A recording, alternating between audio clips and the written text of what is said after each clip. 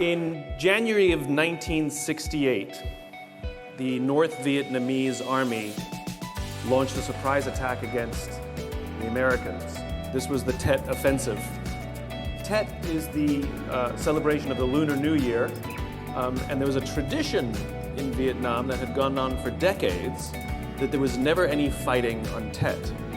And yet in 1968, the North Vietnamese generals decided to break with tradition with the hope that they could surprise the Americans, overwhelm them with force, and bring a swift end to the Vietnam War. James Carsey, a theologian from NYU, wrote a little book called Finite and Infinite Games. Basically, there are finite games and there are infinite games.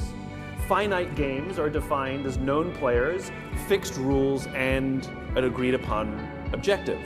An infinite game is defined as known and unknown players. The rules are changeable, and the objective is to perpetuate the game, to keep the game in play. When you pit an infinite player versus an infinite player, the system is also stable. However, when you pit a finite player versus an infinite player, the finite player is playing to win, and an infinite player is playing to keep playing. And they make very different strategic choices. And invariably what happens is the finite player finds themselves in quagmire. They find themselves frustrated, and this is what happened to American Vietnam.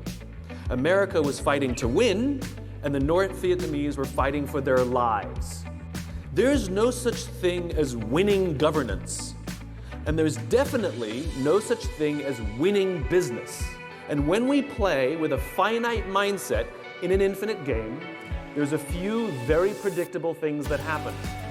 Trust declines, cooperation declines, innovation declines, and eventually we run out of the will or the resources to play.